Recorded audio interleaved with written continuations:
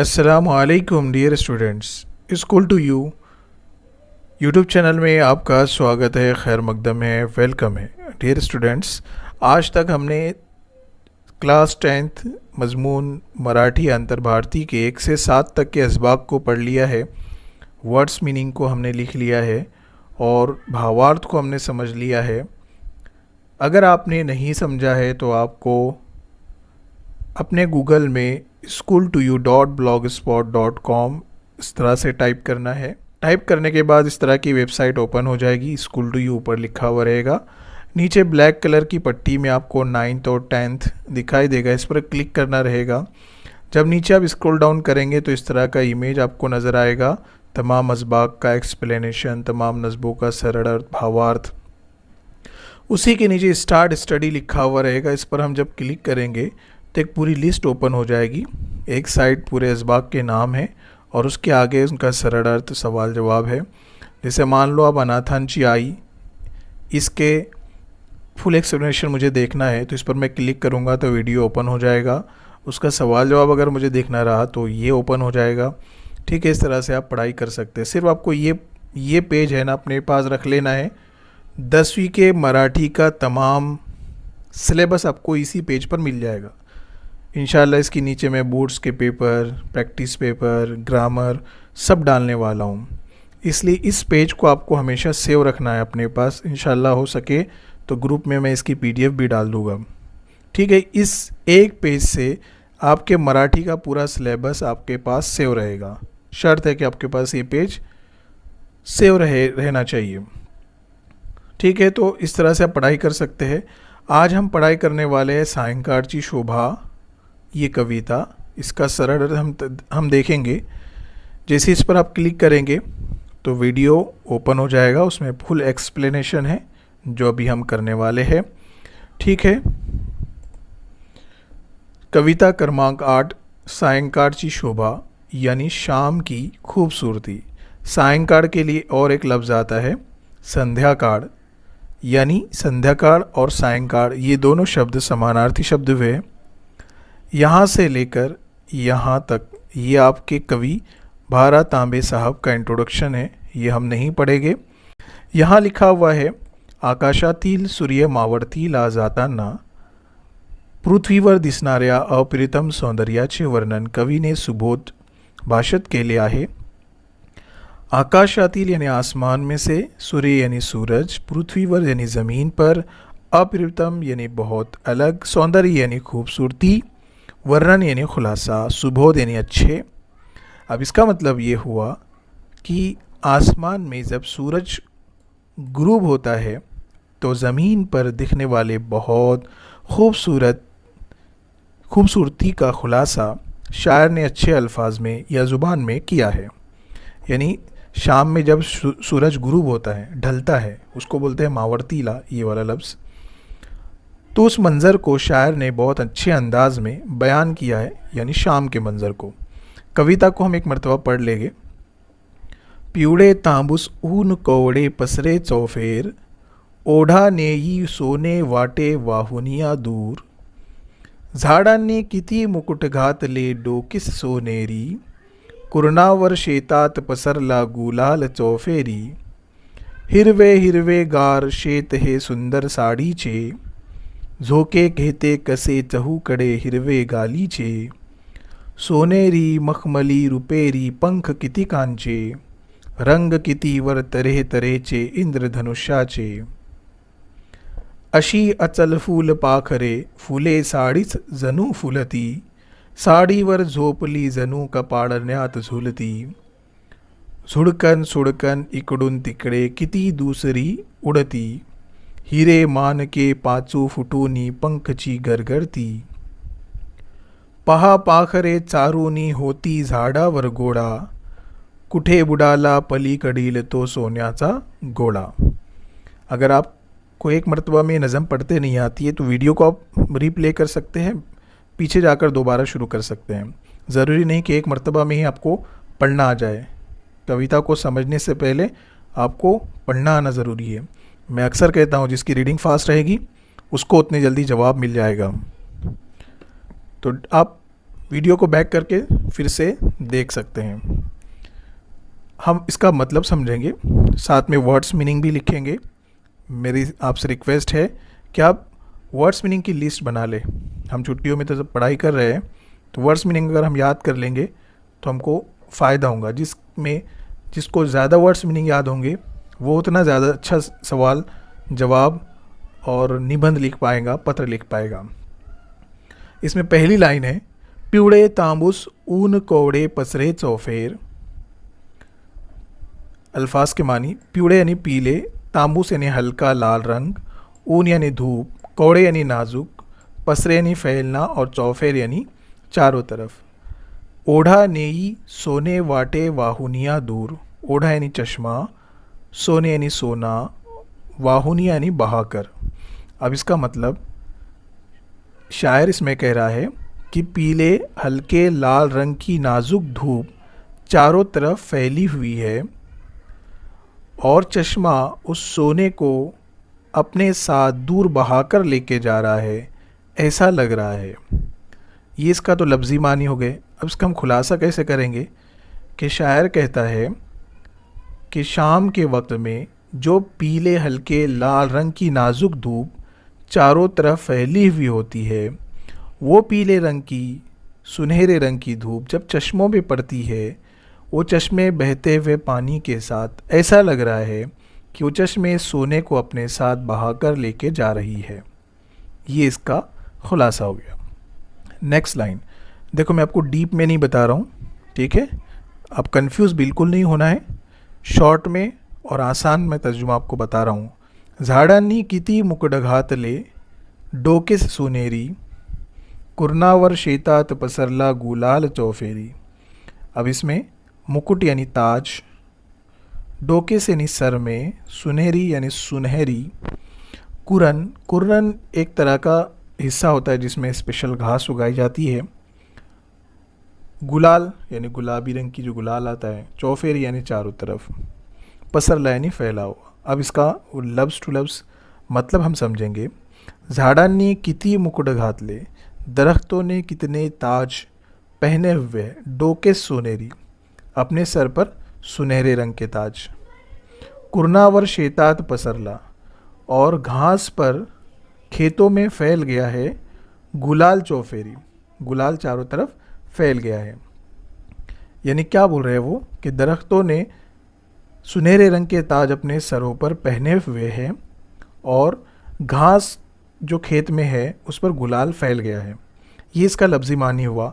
अब इसका एक्सप्लेनेशन हम कैसे करेंगे, खुलासा, कि शायर शाम के मंज़र को बयान करते हुए कह रहे हैं कि शाम के वक्त दरख्तों पर पड़ने वाली धूप ऐसा लग रहा है जैसे दरख्तों ने अपने सर पर सुनहरी रंग का ताज पहना हुआ है और वो गुलाबी रंग की धूप जब घास पर पड़ रही है तो ऐसा लग रहा है कि चारों तरफ गुलाल फैल गया है। ठीक है।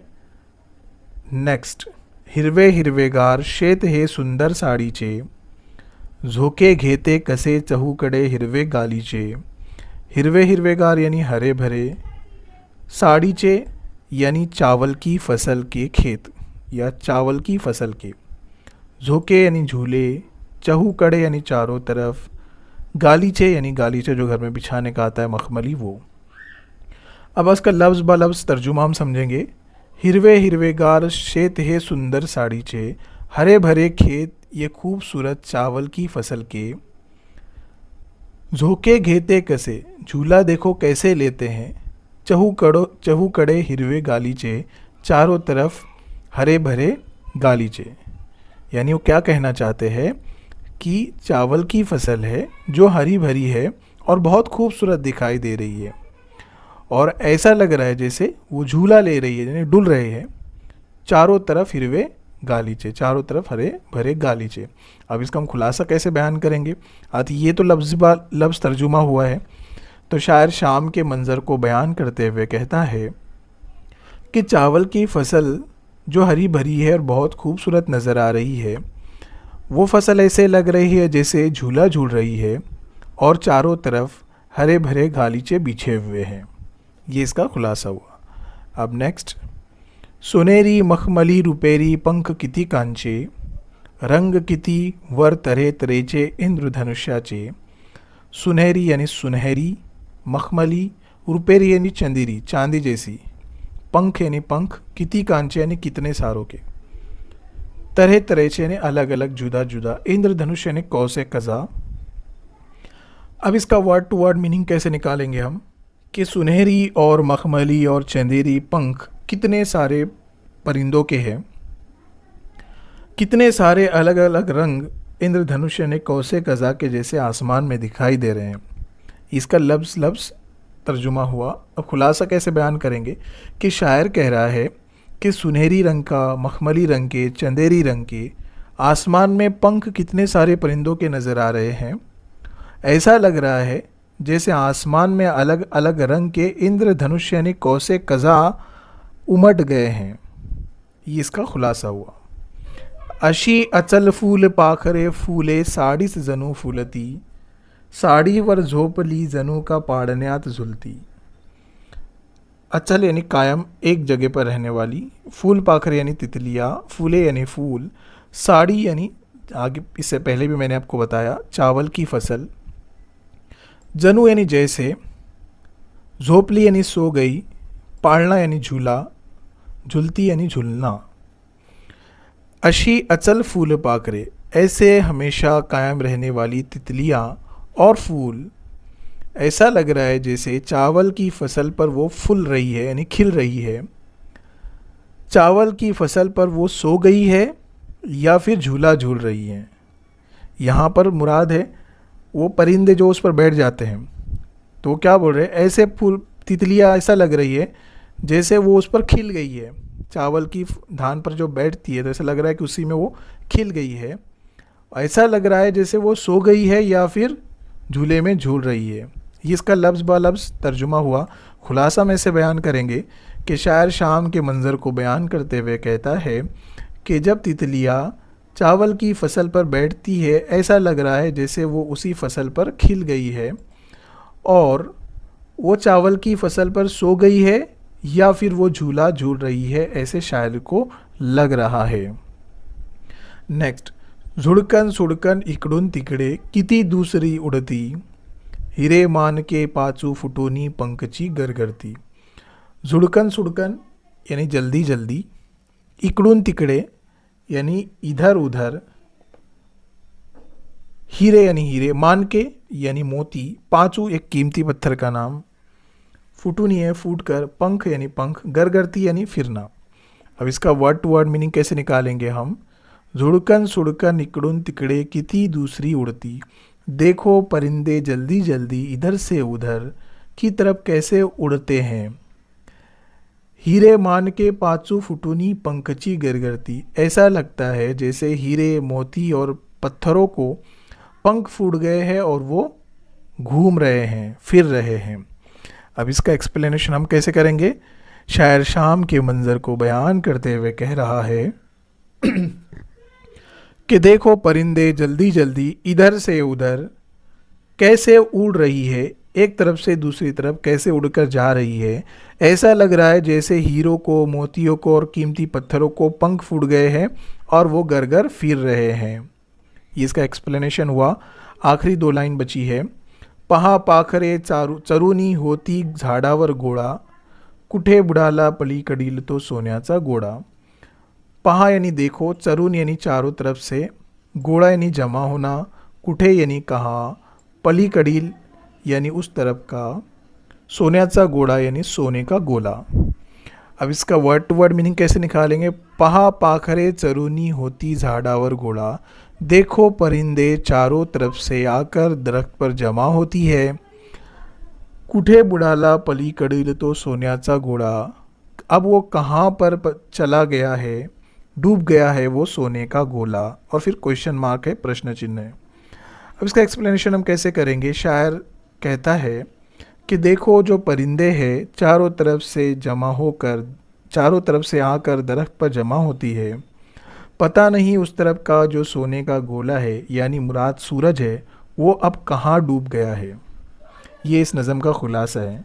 डियर स्टूडेंट्स, मुझे उम्मीद है आपको ये समझ में आया होगा. आपको पता है कि 10वीं और 9th में नज़म में 2 नंबर के लिए आपको सवाल पूछा जाता है। कैसे सवाल पूछा जाता है? नंबर 1, प्रथम 4 ओळींचा भावार्थ लिहा। पहली 4 लाइन का भावार्थ लिखो। ऊपर नज़म दी हुई रहती है और बोलता है कि पहली 4 लाइन का भावार्थ लिखो। या फिर अंतिम 4 ओळींचा भावार्थ लिहा। फिर या तो अंतिम यानी आखिर 4 लाइन का भावार्थ लिखो। और तीसरा सवाल आता है कि एक लाइन दी हुई रहती है और बोलता है निम्नलिखित ओळींचा सरल अर्थ लिहा। इस तरह के सवाल आता है और यही मेन होता है। ठीक है, तो अब आपको मराठी में लिखते आना चाहिए। उसके लिए आपको हमारी ही वेबसाइट पर मैंने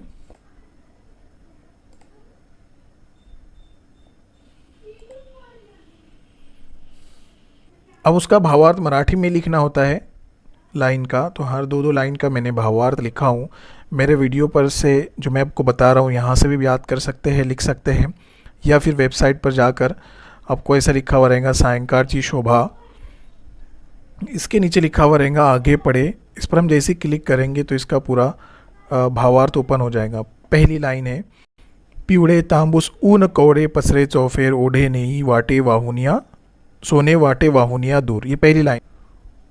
प्रस्तुत ओळी सायंकाळची शोभा या कवितेमधून घेतलेली आहे, ज्यामध्ये कवींनी मनोहारी शब्दचित्र रेखाटले आहे।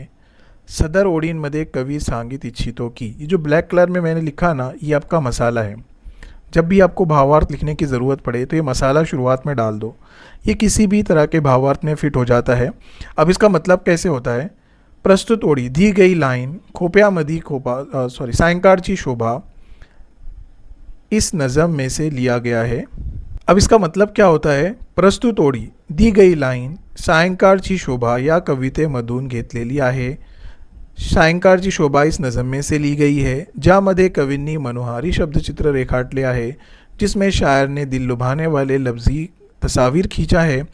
सदर ओळींमध्ये कवि सांगित इच्छितो की, और पेश की गई लाइनों में शायर कहना चाहता है कि। अब इसके आगे इसका ट्रांसलेशन हम करेंगे।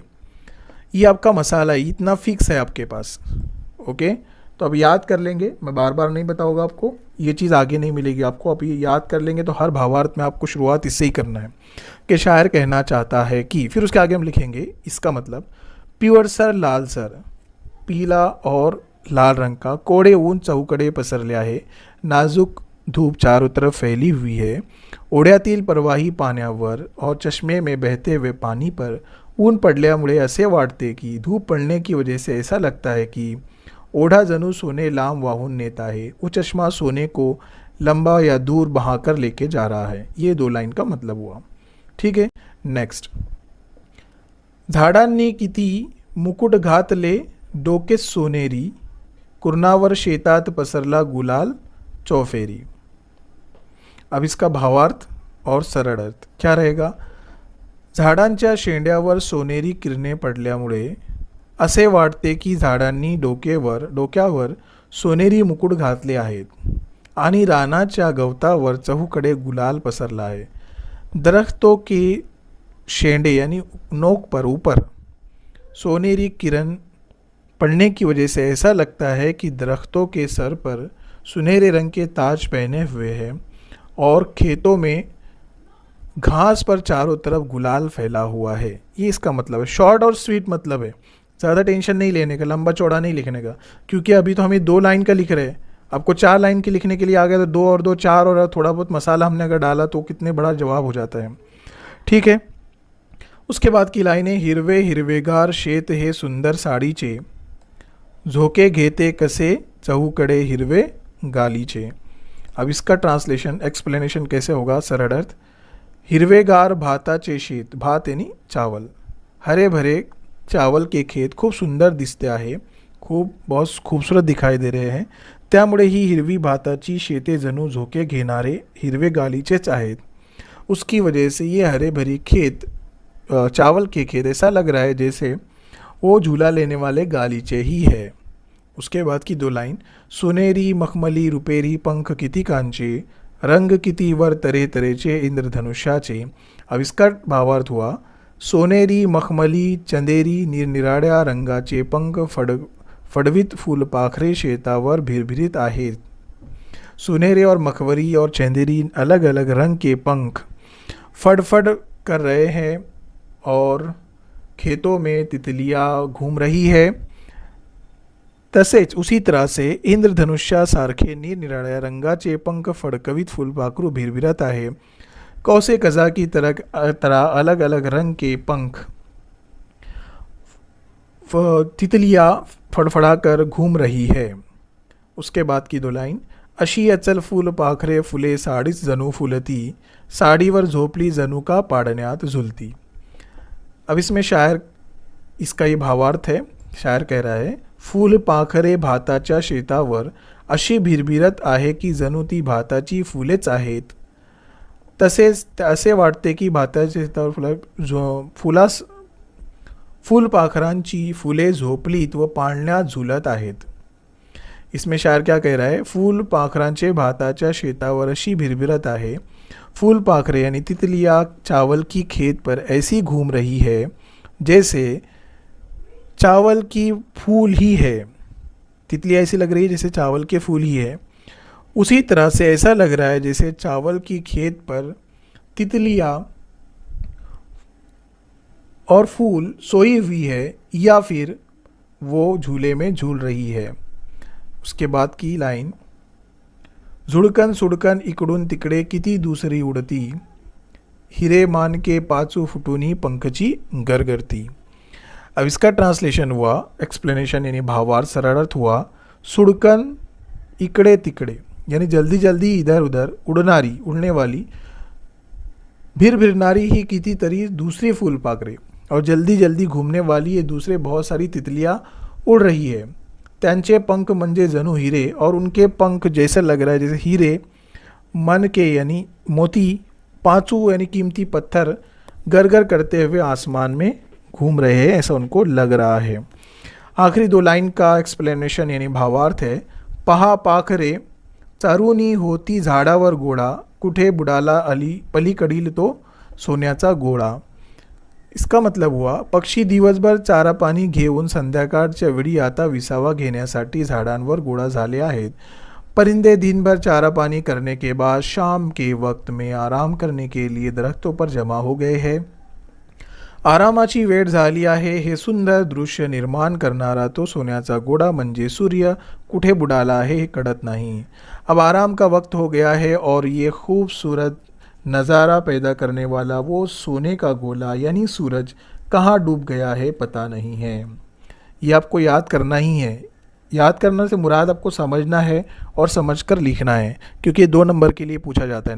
नज़म आपको 4 नंबर के लिए आती है। 2 नंबर में आपको आकलन कृति का सवाल आता है और 2 नंबर के लिए इस तरह का आपको भावार्थ लिखना होता है। ठीक है, अभी कंफ्यूज नहीं होना, टेंशन नहीं होना। बार बार इस वीडियो को जब देखेंगे तब समझ में आएगा। एक बार में आपके समझ में आ जाएगा तो फिर आप टीचर बन जाएंगे, लिहाजा इस वीडियो को आप बार बार देखना। ठीक है, उसके बाद इसके सवालात के जवाबात भी आपको यहाँ पर मिल जाएंगे। ठीक है, यहाँ पर जैसे ही आप क्लिक करेंगे तो सवाल जवाब क्लियर शुरू हो जाएंगे। और सायंकाळची शोभा, इसका अगर वापस से वीडियो देखना यही तो इस पर क्लिक करें तो ये वीडियो ओपन हो जाएगा। ठीक है डियर स्टूडेंट्स, फिर हम अगले वीडियो में मिलते हैं। तब तक अल्लाह हाफिज़। मुझे उम्मीद है आपको ये समझ में आया होगा। अगर आपको कुछ दिक्कत जा रही है, समझ में नहीं आ रहा है, मेथड अलग करना है, तो प्लीज़ कमेंट्स कीजिए। मैं आपको पर्सनली उसका जवाब दूंगा और उस तरह का इम्प्रूवमेंट मैं अपने लेक्चर में लेकर आऊँगा। फिर मिलते हैं, तब तक अल्लाह हाफिज़। यदि अभी तक आपने हमारे school to you YouTube channel को सब्सक्राइब नहीं किया तो सब्सक्राइब कर लें, बेल आइकन को क्लिक कर लें ताकि आपको नए वीडियो की अपडेट मिल सके और वीडियो को लाइक करना ना भूलें।